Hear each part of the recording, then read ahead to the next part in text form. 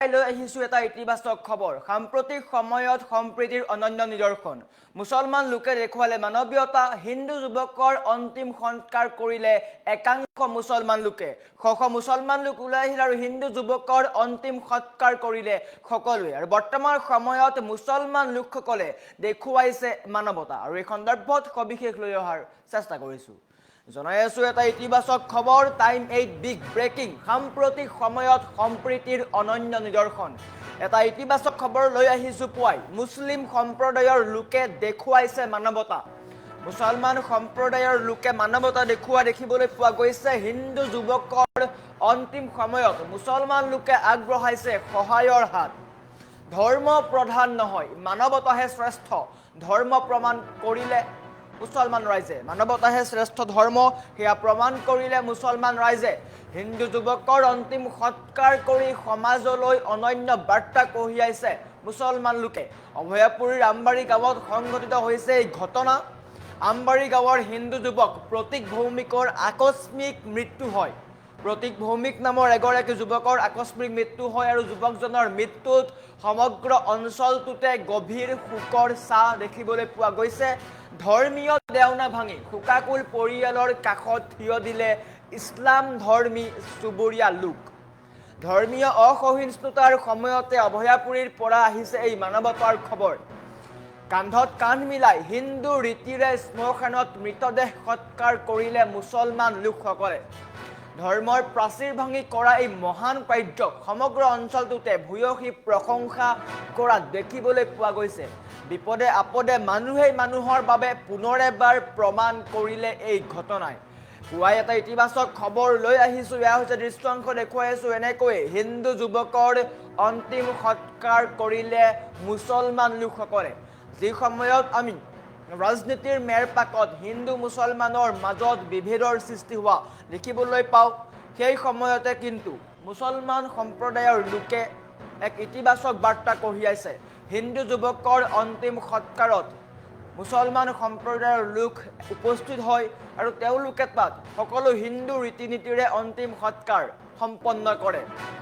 অভয়াপুৰীত সংঘটিত হৈছে এই ঘটনা আৰু এই ঘটনাৰ পৰা এতিয়া মানৱতা পুনৰ যে জীয়াই আছে সেয়া এবাৰ পোহৰলৈ আহিছে। আৰু এই ঘটনাক লৈ এতিয়া ৰাজ্যজুৰি চৰ্চা আৰম্ভ হৈছে। গতিকে আপুনিও বাতৰিটো শ্বেয়াৰ কৰি দিয়ক। পুৱাই এটা ইতিবাচক খবৰ লৈ আহিছো। সাম্প্ৰতিক সময়ত সম্প্ৰীতিৰ অনন্য নিদৰ্শন। মুছলিম সম্প্ৰদায়ৰ লোকে দেখুৱাইছে মানৱতা। হিন্দু যুৱকৰ অন্তিম সময়ত মুছলমান লোকে আগবঢ়াইছে সহায়ৰ হাত। এটা গুৰুত্বপূৰ্ণ খবৰ। সাম্প্ৰতিক সময়ত সম্প্ৰীতিৰ অনন্য নিদৰ্শন দেখুৱাইছে মুছলিম সম্প্ৰদায়ৰ লোকে। হিন্দু যুৱকৰ অন্তিম সৎকাৰত একেলগে কান্ধত কান্ধ মিলাই আগবাঢ়িছে এইসকল ইছলাম ধৰ্মাৱলম্বী লোক। গতিকে আপুনি বাতৰিটো বিলাই দিয়ক। এটা ইতিবাচক খবৰ। নেতিবাচক খবৰ আমি বহুত পাওঁ, কিন্তু পুৱাই এটা ইতিবাচক খবৰ লৈ আহিছোঁ।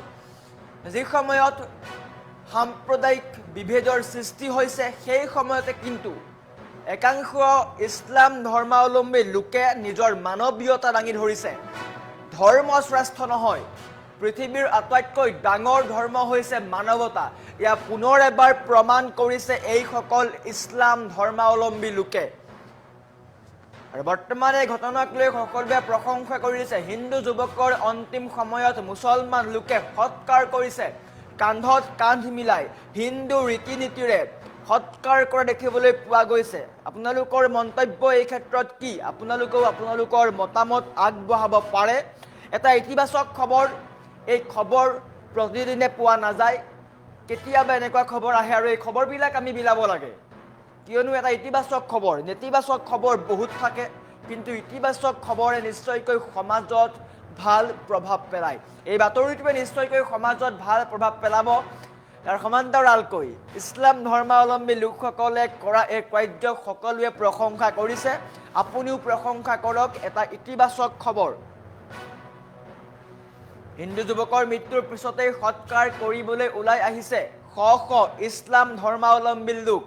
দৃশ্যাংশ দেখুৱাইছো। এনেকৈ তেওঁলোকে চাঙি পাতিছে, চাঙি পাতা দেখিবলৈ পোৱা গৈছে, খৰি ফালিছে। এনেকৈ সকলোৱে একত্ৰিত হৈ হাতে হাত ধৰি আগবঢ়া দেখিবলৈ পোৱা গৈছে। পুৱাই এটা ইতিবাচক খবৰ লৈ আহিছোঁ, যি খবৰে আপোনাকো গৌৰৱান্বিত কৰিব। মানৱতা যে এতিয়াও জীয়াই আছে সেয়া পুনৰ এবাৰ প্ৰমাণ কৰা দেখিবলৈ পোৱা গৈছে। এটা গুৰুত্বপূৰ্ণ খবৰ,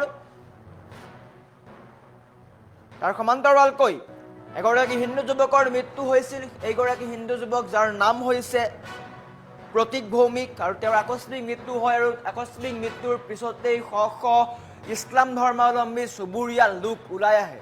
আমি দৃশ্যাংশ দেখুৱাই আছোঁ, নিশাৰ ভাগৰ দৃশ্য। অন্ধকাৰ নেওচি তেওঁলোক ওলাই আহিছে, শোৱা পাতি এৰি তেওঁলোক ওলাই আহিছে।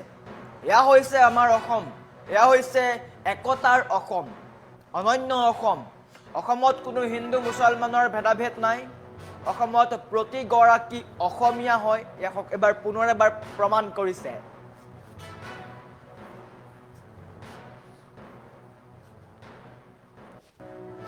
সাম্প্ৰতিক সময়ত সম্প্ৰীতিৰ অনন্য নিদৰ্শন দেখিবলৈ পোৱা গৈছে। মুছলিম সম্প্ৰদায়ৰ লোকে দেখুৱাইছে মানৱতা। এই বাতৰিটো দিওঁতে আমাৰো গৌৰৱ অনুভৱ হৈছে। হিন্দু যুৱকৰ অন্তিম সময়ত মুছলমান লোকে আগবঢ়াইছে সহায়ৰ হাত। আৱৈয়াপুৰীৰ আমবাৰী গাঁৱত সংঘটিত হৈছে ভয়ংকৰ এই ঘটনা। সংঘটিত হৈছিলে আমবাৰী গাঁৱৰ হিন্দু যুৱক প্ৰতীক ভৌমিকৰ আকস্মিক মৃত্যু হয়, আৰু যুৱকজনৰ মৃত্যুত সমগ্ৰ অঞ্চলটোতে শোকৰ ছাঁ পৰে। ধৰ্মীয় দেউনা ভাঙি শোকাকুল পৰিয়ালৰ কাষত থিয় দিছে ইছলাম ধৰ্মী চুবুৰীয়াই। ধৰ্মীয় অসহিষ্ণুতাৰ সময়তে অভয়াপুৰীৰ পৰা আহিছে এই মানৱতাৰ খবৰ। যি সময়ত আমি হিন্দু মুছলমানৰ মাজত ধৰ্মীয় ভেদাভেদ দেখিবলৈ পোৱা যায়, সেই সময়তে কিন্তু এক মানৱীয় ঘটনা সংঘটিত হৈছে।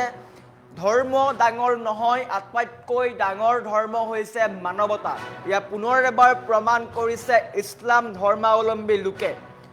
আৰু এই খবৰৰ পিছতে সকলোৱে গৌৰৱ অনুভৱ কৰিছে। অসমৰ হিন্দু মুছলমানৰ মাজত থকা মিলাপ্ৰীতি পুনৰ এবাৰ প্ৰতিফলিত হৈছে।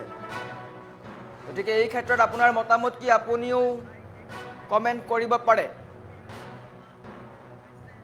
ইতিবাচক খবৰ, নেতিবাচক খবৰ বহুত আহে, কিন্তু এটা ইতিবাচক খবৰ, সেই খবৰ আমি দিব লাগে। এই খবৰ হৈছে হিন্দু যুৱকৰ সৎকাৰ কৰিছে ইছলাম ধৰ্মাৱলম্বী লোকে।